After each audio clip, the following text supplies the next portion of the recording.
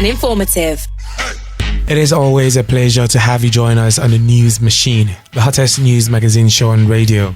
We are reaching you from Hot FM stations in Lagos on 93.3 FM, Hot FM Abuja 98.3 FM, and Hot FM Owerri 99.5 FM, 7 a.m. to 7:15 a.m. Monday to Friday. I am Otobo Nkanta. This morning on the News Machine, court orders Obasanjo, Jonathan, Yar'Adua and Buhari to account for $5 billion Abacha loot. ASU says no information yet on missing former president. And ECOWAS summit member countries congratulate President Tinubu on his election. We will also be linking up for the voices in the news. The News Machine will be back after this message. Now you can get your news on. Hot, fresh, exciting, and exclusive. The News Machine. Reaching you at the same time in Lagos, Abuja, and Owerri. 3 stay for the price of 1. Monday to Friday, 7 a.m. to 7:15 a.m. The News Machine. More than just news. Hot FM. We are more than just radio. Welcome back to the News Machine. The Federal High Court in Abuja has ordered the disclosure of the spending details of about $5 billion Abacha recovered funds by the government of former Presidents Olusegun Obasanjo, Umaru Musa Yar'Adua, Goodluck Jonathan and Muhammadu Buhari. The Freedom of Information suit was brought before the court by the Socio-Economic Rights and Accountability Project. Dismissing the objections advanced by the federal government, the justice held, among others, that SERAP is entitled to the information on the spending details of about $5 billion Abacha money and need not show any special interest in the information sought.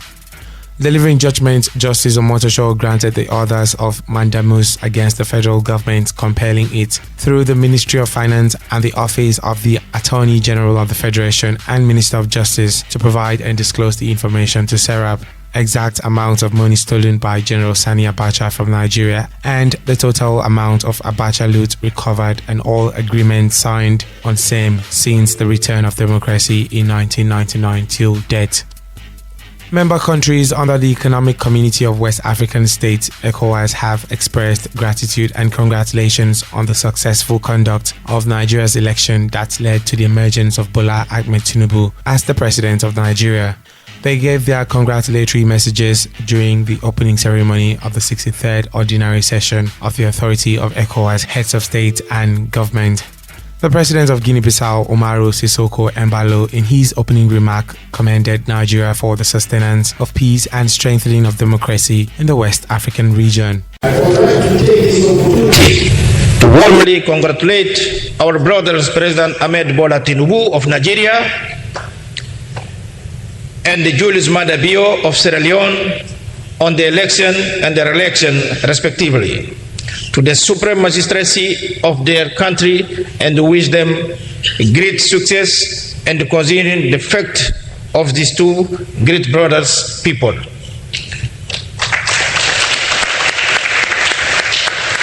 This presidential election considered reinforcing the democracy foundation of our community. Despite the setback that we have registered in recent years with the unconstitutional change in some ECOWAS members countries. President of the ECOWAS Commission, Omar Aliyu Toure, on behalf of the community and institutions, also congratulated Tinubu on his election. I would like, therefore, to welcome President Tinubu to his first meeting of the ECOWAS Authority. On behalf of the community institutions, I would like to extend our felicitation and best wishes in piloting the affairs of Africa's biggest economy and the largest country, the Federal Republic of Nigeria. We bid farewell to your predecessor, His Excellency Muhammadu Buhari, who chaired the ECOWAS Authority from July 2018 to July 2019 and provided tremendous support to the ECOWAS efforts towards political stability in the Gambia, served as the ECOWAS champion for the fight against COVID-19, effectively leading a regional response to the pandemic, and approved the building of a new befitting office for the ECOWAS Parliament, side by side the new ECOWAS Commission headquarters, which is being built by the government of China in Abuja. Meanwhile, the 63rd session has been ranked the most attended by the heads of state of member countries of ECOWAS. The Academic Staff Union of Universities, ASU, has said it has not gotten any information regarding the whereabouts of its former national president, Dr. Dipo Fashina. National President Professor Emmanuel Shedeke said the union was yet to get any lead regarding the former unionist, who has not been seen since July 1 this year. Fashina, popularly called Jingo, has been declared missing since the 1st of July this year.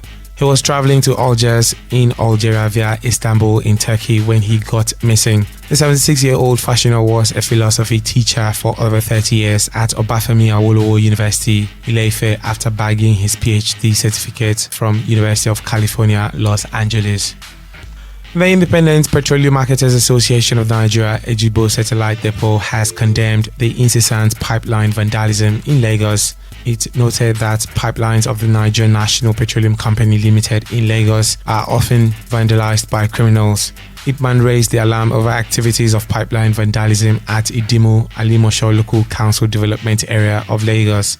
Ipman Ejibo Satellite Depot Chairman Mr. Akinrinade said that some vandals who were found scooping petrol on System 2B pipeline in front of Goodluck Estate, Idimu, absconded while the security agents tried to apprehend them. Now it's time to get the trendy stories from the News Machine studios at Hot FM 98.3 Abuja. Let's hook up with more news coming from the nation's capital. Good morning, I am Tonya Kokodia.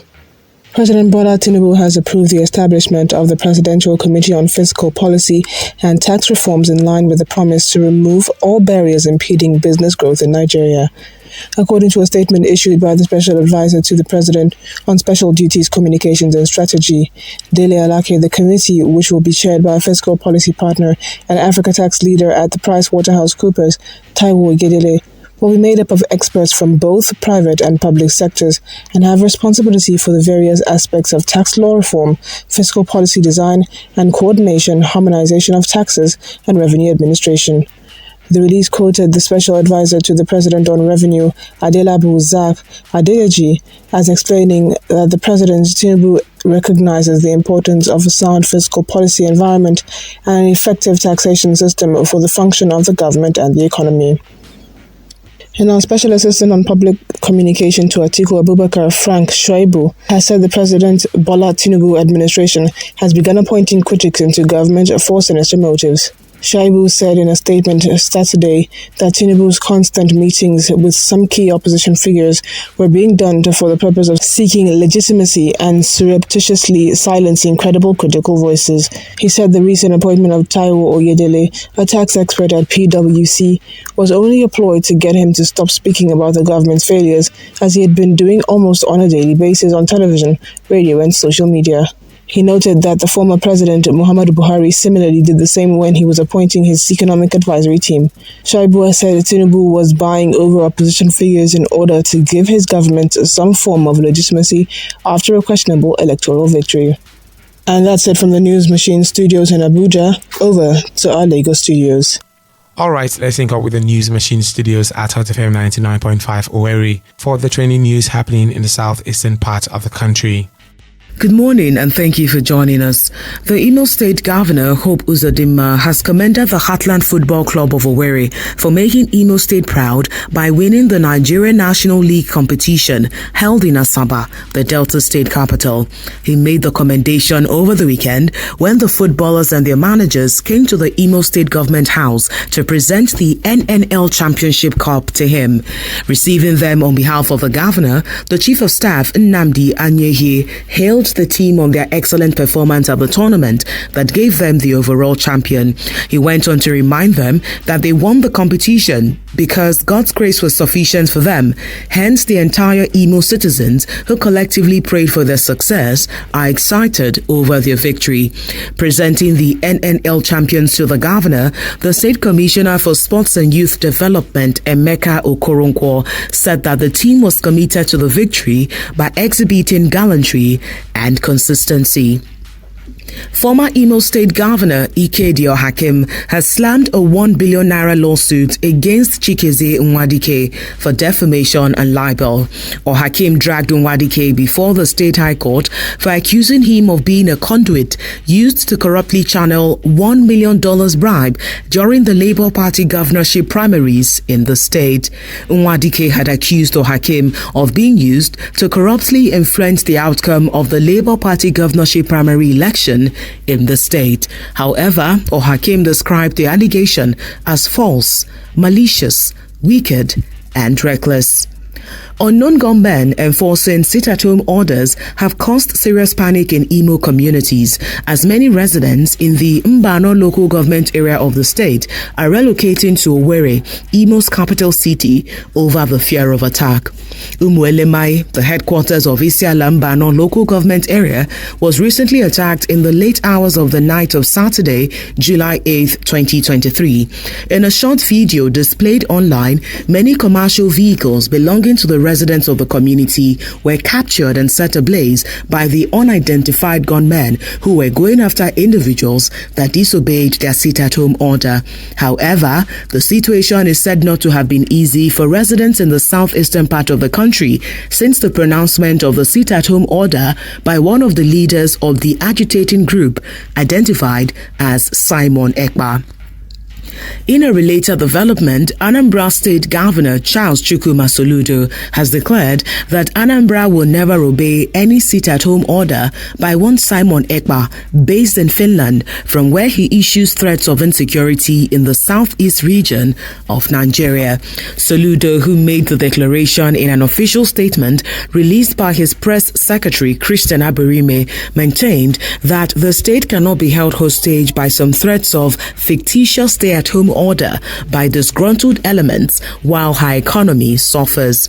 The Anambra State Police Command equally issued a statement as well, dispelling the phantom rumors of insecurity and attack in the state. That's all from the News Machine studios at Hot FM Owerri. Back to our studios in Lagos. I am Ifeyunwa Nwana. You are listening to the News Machine, reaching you from our stations in Lagos, Abuja and Owerri, 7 a.m. to 7:15 a.m. Monday to Friday. Let's hear what correspondent Nessa Sani has for us on Voices in the News. A suspected baby factory operator paraded by the police in Rivers State, Nigeria. This lady called me. They came and arrested me over child trafficking. So she accused that she has given me a pregnant woman, which I accepted. She gave me one. That was about 6 years ago. Yes. So when she gave me this lady, I now gave it out to somebody. The woman that I gave it out to gave me 30,000. That was all that I know about the incident. It's just like giving her work, giving her markets, giving her markets. Human being markets. And on the foreign scene, United States President Joe Biden has kicked off a three-nation trip dominated by a NATO summit aimed at showing solidarity with Ukraine amid disagreement over Kyiv's possible accession into the alliance. The US president will meet the UK's King Charles on Monday for the first time since his May coronation to hold talks focusing on environmental issues. And I'll bring you sports stories. Max Verstappen cruised to victory in the British Grand Prix for his 6th win in a row and a record equaling 11th consecutive triumph for Red Bull. McLaren Lando Norris fought off an attack from Lewis Hamilton's Mercedes after a late safety car to finish second to give the 160,000 fans a double home podium to cheer. Also, remember you can listen to episodes of the News Machine and see videos of more news stories online at hotfm.ng. And that's all we have for you in today's edition of the News Machine. Thank you for listening and do have a lovely day ahead. Good morning.